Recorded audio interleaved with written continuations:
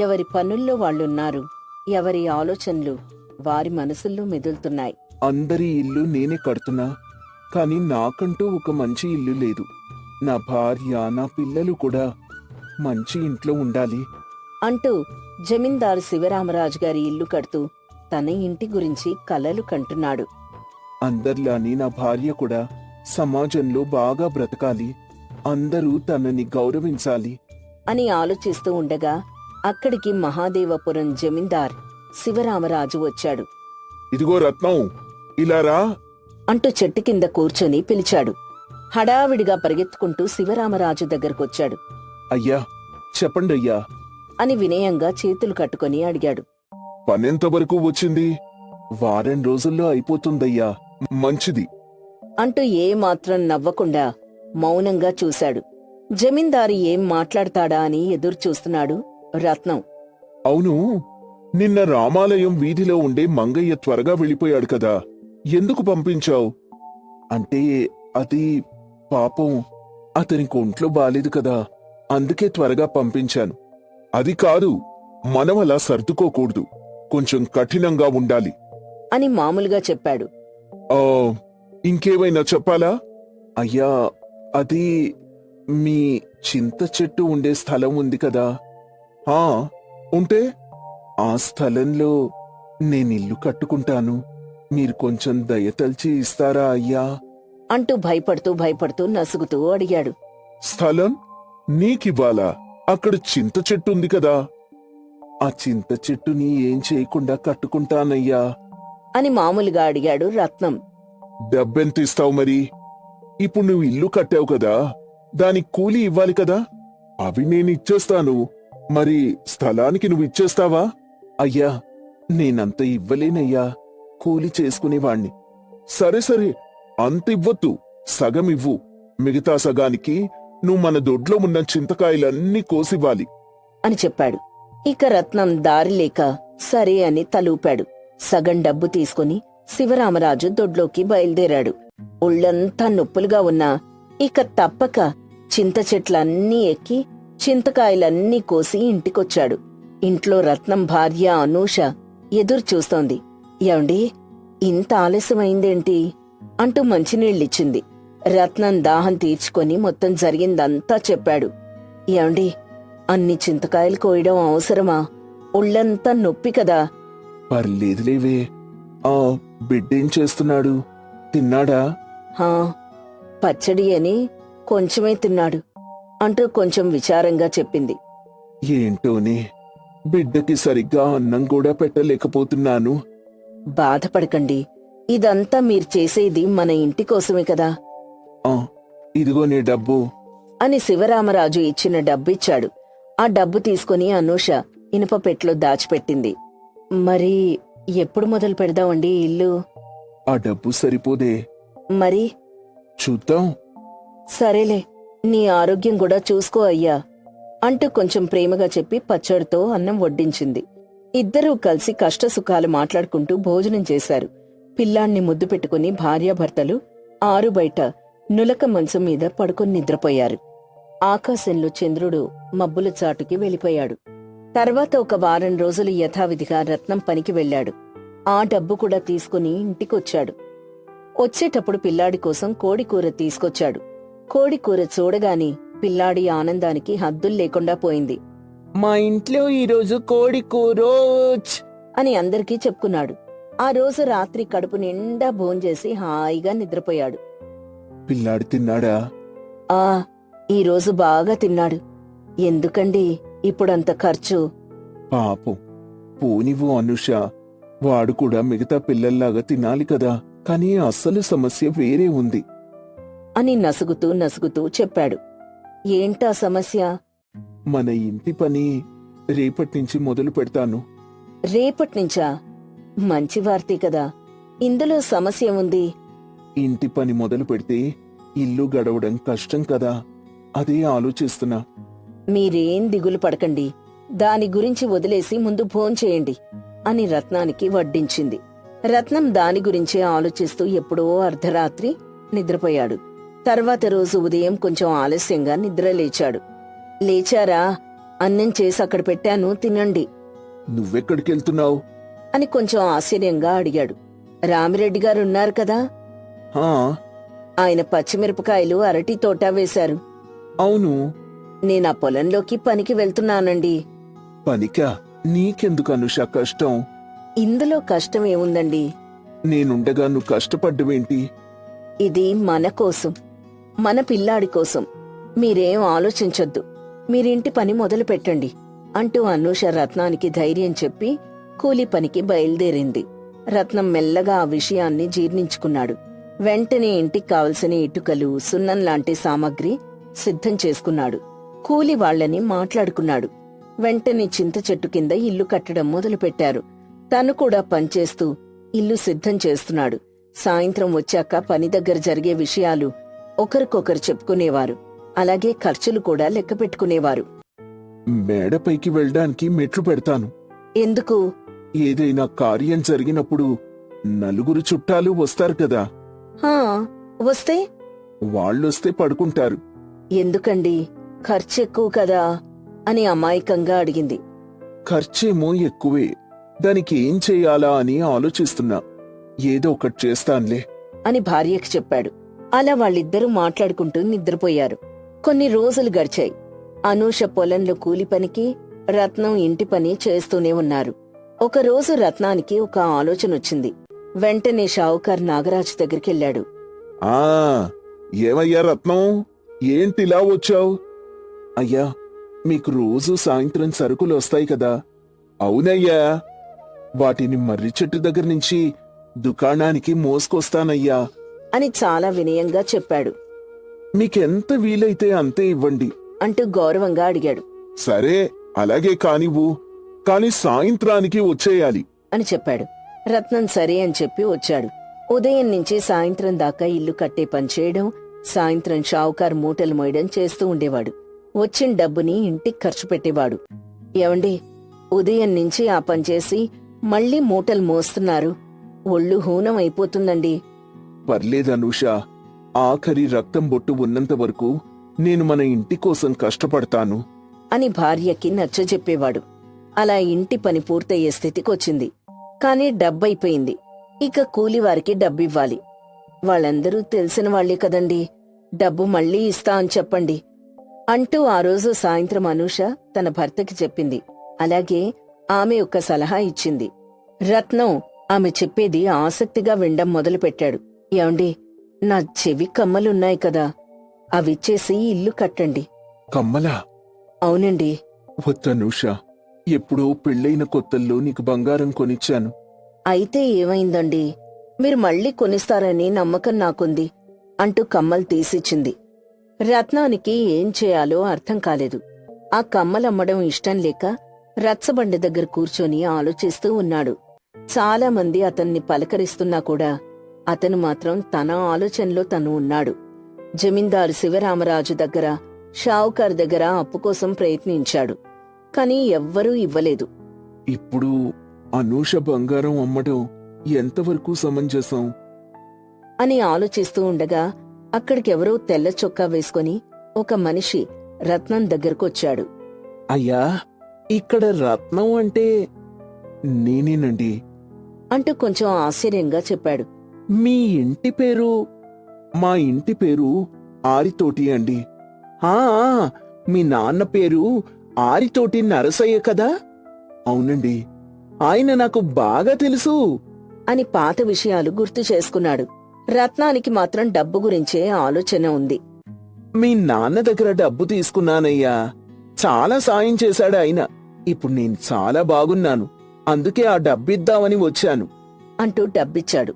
ఒక్క నిమిషం రత్నానికిది కలో నిజమో అర్థం కాలేదు.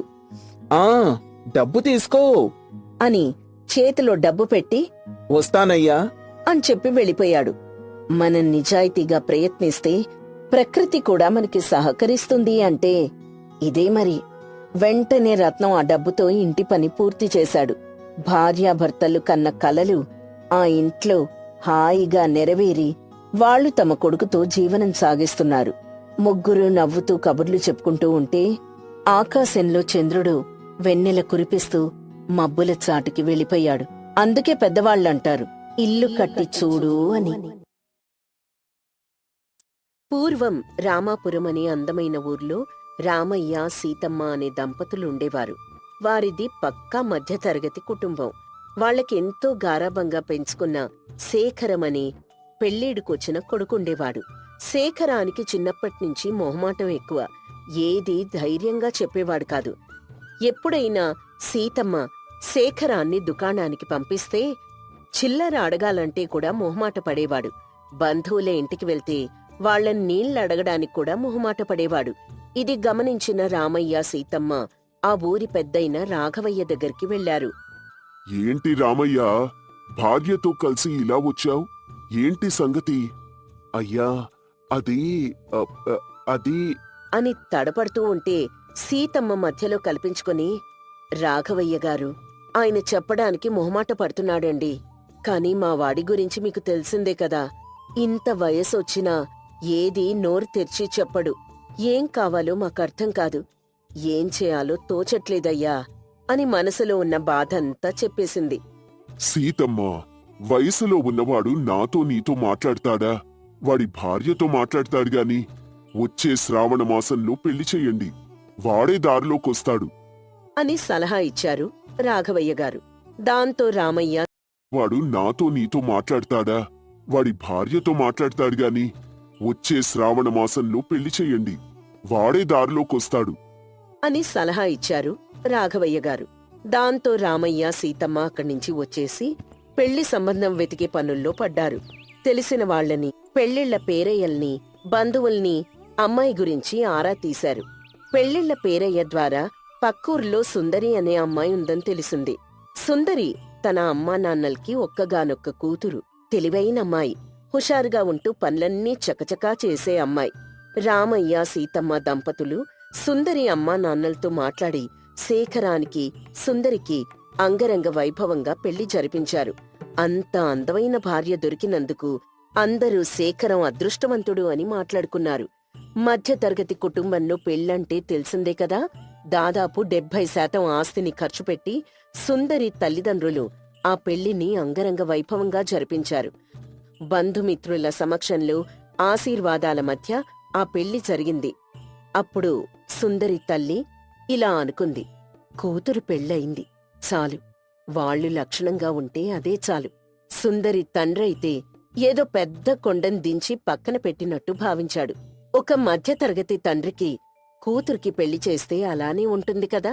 ఎప్పట్లాగే కొంతమంది నగల గురించి మాట్లాడుకున్నారు. కొంతమందైతే భోజనాలంత సరిగ్గా కుదరలేదని మాట్లాడుకున్నారు. ఆ మాటల మధ్య అప్పగింతలు జరిగాయి. సుందరి తల్లి ఇలా అనింది, వదినా, మా ఇంట్లో ఇన్నాళ్ళు గారాబంగా పెరిగింది. తప్పేవైనా చేస్తే అమ్మలాగా కడుపులో పెట్టుకోండి, ఏ లోటు లేకుండా చూసుకోండి అని చిన్నగా కన్నీళ్లు పెట్టుకుంటూ చెప్పింది. సీతమ్మ వియంకురాల్ని ఓదార్చింది. తర్వాత ఆమె చెప్పడం మొదలుపెట్టింది, మా అబ్బాయికి మొహమాటం ఎక్కువమ్మా, నువ్వే అర్థం చేసుకుని సంసారాన్ని నడుపుకోవాలి అని కోడలికి చెప్పింది. సుందరి తలదించుకుని సరే అన్నట్టు తలూపింది. శేఖరం తల్లిదండ్రులు, సుందరి అమ్మా నాన్నలు చల్లగా ఉండండి అంటూ దీవించారు. అందరూ అనుకున్నట్టుగానే సుందరి శేఖరం మొహమాటం కూడా అర్థం చేసుకుని ఎవ్వరికీ ఏ లోటు లేకుండా చూసుకుంటోంది. అలాంటి కోడలొచ్చినందుకు అందరూ వాళ్లని అదృష్టవంతులు అన్నారు. వారి కాపురం 3 పువ్వులు 6 కాయలుగా సాగుతుండగా సంక్రాంతి పండుగొచ్చింది. పెళ్లైన తర్వాత మొదటి పండుగ కావడంతో శేఖరం, సుందరీలు సుందరి పుట్టింటికొచ్చారు. లేక లేక అల్లుడు రావడంతో సుందరి అమ్మా నాన్నల మర్యాదలు ఆకాశాన్ని తాకాయి. పిండి వంటల ఘుమఘుమలు వీధంతా వ్యాపించాయి. కాని శేఖరానికున్న మొహమాటం వల్ల ఏదీ తినేవాడు కాదు. సుందరి తల్లి అరిసెలు తీసుకుని అల్లుడి దగ్గరకొచ్చి, అల్లుడుగారు, ఇవిగోండి అరిసెలు, చాలా బావున్నాయి, తినండి అని చాలా ప్రేమగా అడిగింది. శేఖరం మొహమాటంతో వద్దండి అంటూ తినేవాడు కాదు. నిజానికి శేఖరానికి తినాలని ఉండేది. తింటే వీళ్ళు నన్నేమైనా అనుకుంటారేమో, నన్ను తిండిపోతూ అనుకుంటారేమో. నిజంగా ఇలాంటి అత్తమామ దొరకడం నా అదృష్టం అని మనసులో అనుకున్నాడు. ఎన్నిసార్లు అడిగినా వద్దు అనేవాడు. కొన్ని నిమిషాల తర్వాత మళ్ళీ కజ్జికాయలు లడ్డూల్లాంటివి తీసుకొచ్చారు. అల్లుడు గారు, కజ్జికాయలు తినండి, చాలా బాగున్నాయి. ఆహా, వద్దండి. బావున్నాయి, తీసుకోండి పర్లేదండి, నేను తిన్ను. అని చాలా మొహమాట పడుతూ ఉండేవాడు. శేఖరన్ తల్లి తండ్రి మాత్రం ఏవైందా అని ఆలోచిస్తూ ఉండేవారు. సుందరి తల్లి భర్తతో ఈ విధంగా చెప్పింది. ఏమండి, మన అల్లుడు ఈ ఇంట్లో ఏమీ తినడం లేదు, ఆయన ఏమైనా ఇబ్బంది పడుతున్నారేమో అంటూ ఫిర్యాదు చేసింది. దాంతో సుందరి తండ్రి అల్లుడు ఇబ్బంది పడుతున్నాడేమో అనుకుని తనే శేఖరన్ దగ్గరికి వెళ్ళాడు. ఏంటి అల్లుడు గారు, ఏమీ తినడం లేదంట? ఏమైంది? అరిసెలు తినకుంటే పర్వాలేదండి, ఇదిగో ఈ పూతరేకులు తినండి అంటూ నోటికందించాడు. అయినా కూడా శేఖరన్ తినలేదు. అయ్యో, వద్దు మావయ్య గారు, ఇందాకే భోంచేశానండి, వద్దండి అని వాటిని కూడా తినలేదు. అల్లుడి ప్రవర్తన అలా ఉండడంతో అత్తమామలకి ఏం చేయాలో అర్థం కాలేదు. ఇద్దరూ కూర్చొని మాట్లాడుకుంటూ ఉంటే సుందరి అక్కడికొచ్చింది. ఏంటమ్మా, ఏంటి నాన్నతో ఏదో మాట్లాడుతున్నావ్? ఏం లేదమ్మా, మీ ఆయన ఏమీ తినడం లేదు, దాని గురించే మాట్లాడుతున్నా. అయ్యో, ఆయనకి కొంచెం మొహమాటం అమ్మా. ఏం మొహమాటమే? నీ కత్తారింట్లో అంతా బావుందా? అయ్యో, నేనా ఇంట్లో చాలా సంతోషంగా ఉన్నానమ్మా. అల్లుణ్ణి చూస్తుంటే నాకేదో అనుమానంగా ఉందమ్మా. అయ్యో నాన్నా, అలాంటి భర్త దొరకడం నిజంగా నా అదృష్టం. ఆయన చాలా మంచివారు అంటూ భర్త గురించి పొగడ్తల వర్షం కురిపించింది. ఆ ఇంటికి కోడలిగా వెళ్లడం నా అదృష్టం. మీరు నా గురించి ఏం దిగులు పడకండి, కేవలం మొహమాటం వల్లే ఆయన తినడం లేదు అని భర్త గురించి పూసగుచ్చినట్టు చెప్పింది. ఎంత మొహమాటమైతే మాత్రం మొదటిసారి ఇంటికొచ్చి ఏమీ తినకుండా వెళ్తే బావుంటుందా? మీ ఆయనకి ఇష్టమైన వంటకం చెప్పవే, చేయిస్తాను. మా ఆయనకి నువ్వులు బెల్లం కలిపి దంచి నువ్వుల ఉండలు చేసి పెడితే చాలా ఇష్టంగా తింటారమ్మా అని చెప్పగానే సుందరి తల్లి భర్తని దుకాణానికి పంపించి మంచి నువ్వులు బెల్లం తెప్పించి రోట్లో దంచింది. వాటిని ఉండలుగా చేసి శేఖరం ముందుంచింది. అల్లుడుగారు, మీకు నువ్వులుండలంటే చాలా ఇష్టమంట కదా, అమ్మాయి చెప్పింది. ఇదిగో తినండి, చాలా బావుంటాయి అని చాలా ప్రేమగా ఆప్యాయంగా అతనికందించింది. ఆలోచిస్తారేంటి అల్లుడు, కడుపు నిండా తినండి అంటూ హుషారుగా చెప్పాడు సుందరి తండ్రి. శేఖరానికి నువ్వుల ఉండలు చూడగానే నోరూరింది. కాని మొహమాటం వల్ల ధైర్యంగా తీసుకోలేకపోయాడు. అయ్యో, నాకొద్దండి, కడుపు నిండిపోయింది, ఇప్పుడు ఇంకేం వద్దు అంటూ కష్టంగా చెప్పాడు. అత్తగారింటి వారు ఎంత బ్రతిమలాడినా వద్దు వద్దు అంటూనే ఉన్నాడు. దాంతో చేసేదేం లేక ఆ నువ్వులుండలు మిగతా వారే తిన్నారు. వారందరూ తింటూ ఉంటే శేఖరన్ నోట్లో నీళ్లూరుతున్నాయి. కాని మొహమాటం అడ్డుపడుతూ ఉంది. రాత్రైంది. అందరూ పడుకున్నారు. శేఖరానికి నువ్వుల ఉండలు గుర్తుకొస్తున్నాయి. నాకెంతో ఇష్టమైన నువ్వుల ఉండలు తినలేకపోయాను అనుకుని అందరూ పడుకున్నారు అని నిర్ణయించుకున్నాక వంటగదిలోకి వెళ్ళాడు శేఖరం. నువ్వుల ఉండల కోసం వంటగది మొత్తం వెతికాడు. ఎక్కడా నువ్వుల ఉండలు కనిపించలేదు. దాంతో శేఖరన్ చాలా నిరాశపడ్డాడు. అలా వంటగది నుంచి బయటికొస్తుంటే అతనికి రోలు కనపడింది. ఆ రోట్లు నువ్వులు బెల్లం దంచిన పొడి కొంచెం అడుగున అంటుకుని ఉంది. దాంతో శేఖరానికి ఆశ తీరక ఆ రోల్ని నాలుకతో నాకడం మొదలుపెట్టాడు. అది చాలా రుచిగా ఉండడంతో శబ్దం వచ్చేలా నాకాడు. దాంతో ఇంట్లో వాళ్ళందరూ లేచి రోటి దగ్గరకొచ్చారు. అందరికీ ఆశ్చర్యం కలిగింది. సుందరి తన భర్తను అలా చూసి, ఏంటండి ఇది, మీకీ కర్మెందుకండి, ఏమైంది అని అడగడంతో సుందరి తల్లి కల్పించుకొని, ఆ ఇంట్లో అన్నీ ఉన్నా అల్లుడి నోట్లో శని ఉన్నట్టుంది, అందుకే పిండి వంటలు పెట్టినప్పుడు తినకుండా ఇప్పుడు రోల్ నాకుతున్నాడు అని చెప్పింది. ఇక అప్పట్నుంచి అన్నీ అందుబాటులో ఉన్నా చేతులారా పోగొట్టుకుంటే అన్నీ ఉన్నా అల్లుడు